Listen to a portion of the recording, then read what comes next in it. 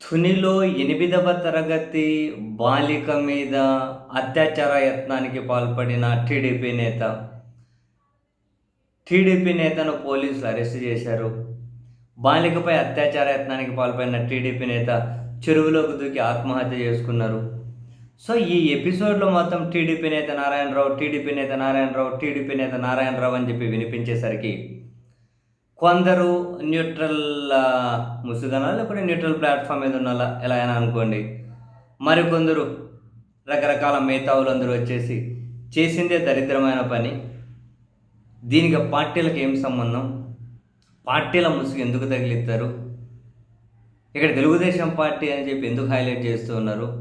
ఆ చేసిన దరిద్రాన్ని కదా హైలైట్ చేయాలి అని చెప్పి రకరకాలుగా మాట్లాడుతూ ఉన్నారు. ఆఫ్‌కోర్స్ మనం కూడా దానితో అగ్రీ అవ్వచ్చేమో. తెలుగుదేశం పార్టీకి సంబంధించి ఆయనే కావచ్చు.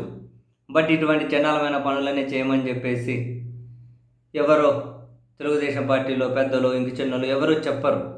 జనరల్‌గా తెలుగుదేశం పార్టీకి ఏం సంబంధం అని చెప్పే వాళ్ళతో మనం ఏకీభవించినా, కాసేపు అంగీకరించినా, బట్ ఇప్పుడు మాట్లాడుతున్న వాళ్ళందరూ కూడా అత్యంత ప్రమాదకారులు అని చెప్పి మనం ఎందుకు అంటాము అంటే, ఇంతకుముందు ప్రభుత్వాలు ఉన్నప్పుడు కూడా సంబంధం లేని ప్రతి విషయాన్ని వైసీపీకి జగన్ కంటగట్టేసి చివరికి ఈ సెకండు కూడా వైపీఎస్లు, వైఏఎస్లు, ఐఏఎస్లను వైఏఎస్లని, ఐపీఎస్లను వైపీఎస్లు అని చెత్త చెత్త కథనాలు రాస్తూ ఉంటే, పనికిమాలిన కథనాలు రాస్తూ ఉంటే వాళ్ళని అవమానించే విధంగా, మరి అప్పుడు మౌనంగా ఉండి ఇప్పుడు మాట్లాడడం భావ్యమా అంటూ ఉన్నాను.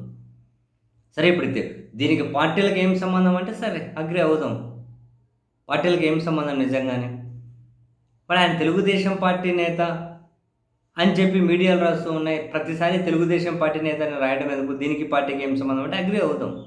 ఇదే విషయం వైపీఎస్లు అని రాసినప్పుడు, వైఎస్లు, ఐఆర్ఎస్లు అని రాసినప్పుడు, ఇప్పటికీ ప్రతి చిన్నదానికి అట్లా ముడిపెడుతూ ఉన్నప్పుడు, ఏదో ఇద్దరు వ్యక్తుల డ్రైవర్కి, ఓనర్కి వ్యక్తిగత వ్యవహారంలో వైసీపీకి సంబంధించిన అప్పుడు ఒక ఎమ్మెల్సీ, ఒక డ్రైవర్ను హత్య చేయడం దుర్మార్గం. హత్యలు, దాడులు, దౌర్జన్యాలు ఎవరు సమర్థించారు? అట్లా జరిగితే మొత్తం వైసీపీని హైలైట్ చేసుకుంటూ ఎందుకు వచ్చారు? చివరికి ఎక్కడో ఒక డాక్టర్ తాను తాగుడుకు అలా అంటే బానిస అయిపోయి ఆరోగ్యం చెడగొట్టుకొని ఎక్కడో హాస్పిటల్ ఆరోగ్యం బాగాలేదు చనిపోయిన దానికి కూడా వైసీపీకి ఎందుకు ముడిపెట్టారు? చివరికి మొన్న జగన్మోహన్ రెడ్డి గారు మొన్న పర్యటనకు వెళ్ళినప్పుడు కానీ పెద్ద పెద్ద హోర్డింగ్లు ఎందుకు పెట్టారు? ప్రతిదాన్ని కానీ ఇప్పటికీ వైకాపా సైకోలని, ఎవడైనా ఎక్కడైనా కనుక వైసీపీకి సంబంధించి ఎవరైనా చిన్న తప్పు చేసినా కూడా అది ఇంకేదో దాని వెనక జగనే చేయించినట్లు ఇంత చిత్రీకరిస్తూ ఉంటారు కదా నీచంగా. అప్పుడెందుకు వీళ్ళందరూగానే ఇదే మాట మాట్లాడారు? అసలు పార్టీల ముసుగులో ఉన్న వాళ్ళైనా రాజకీయం కోసం ఇట్లా ప్రతిదిగానే అడ్డదిడ్డంగా వాడుకుంటారు. వాళ్ళన్న రాజకీయ కోణంలో అర్థం చేసుకోవచ్చాము. ఈ న్యూట్రల్ ముసుగులో ఉన్నవాళ్ళు, మేధావుల ముసుగులో ఉన్నవాళ్ళు వీళ్ళే అత్యంత ప్రమాదకరం ఫస్ట్ సమాజానికి.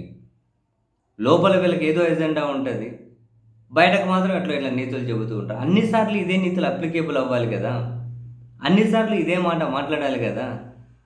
వీళ్ళకి అవసరమైనప్పుడు మాట్లాడతారు, అవసరం లేనప్పుడు మౌనంగా ఉంటారు. మరి మొత్తం ఎపిసోడ్లో ఇప్పటికీ మరి టీడీపీ నేత నారాయణరావు చెరువులో దుంకిండ్రు, టీడీపీ నేత నారాయణరావు ఎట్లా, టీడీపీ నేత నారాయణరావు అట్లా, ఇట్లా రాయడం ధర్మమా అని అంటే, పార్టీ అని చెప్పి పార్టీని హైలైట్ చేసి ఏదో ఏమంటారు ఈ పార్టీ వాళ్ళందరూ ఇట్లే చేస్తారు అని చెప్పి అన్నట్లు రాయడం ఎంతవరకు కరెక్ట్ అంటే అగ్రి అవుదాం. ఆ స్టేట్మెంట్ అగ్రి అవుదాం. బట్ ఆ స్టేట్మెంట్ అన్నిసార్లు అప్లికేబుల్ అవ్వాలి కదా. అందరికీ ఒకే రూల్, ఒకే న్యాయం ఉండాలి కదా. మనకు మాత్రం అవసరమైనప్పుడు న్యాయం కావాలి, కానీ మిగిలిన వాళ్ళను మాత్రం అన్యాయంగా నోటికి ఏది వస్తే అది మాట్లాడుతూ పోవాలి. ఇది ఎక్కడ ధర్మం? అండ్ ఓవరాల్గా ఈ మొత్తం ఎపిసోడ్ పక్కన పెడితే, ఈ మొత్తం ఎపిసోడ్లో నిజంగానే ఒక రక్తపు బొట్టు గారకుండా, ఒక తుపాకీ గుండు వేస్ట్ కాకుండా, ఒక తూట వేస్ట్ కాకుండా చెరువులో దిగి ఆత్మహత్య చేసుకుని చనిపోయారని చెప్పి ఈ క్రియేటివిటీ బాగుంది అనిపించింది నాకు. సీరియస్లీ ఓవరాల్గా ఈ క్రియేటివిటీ బాగుంది అనిపించింది.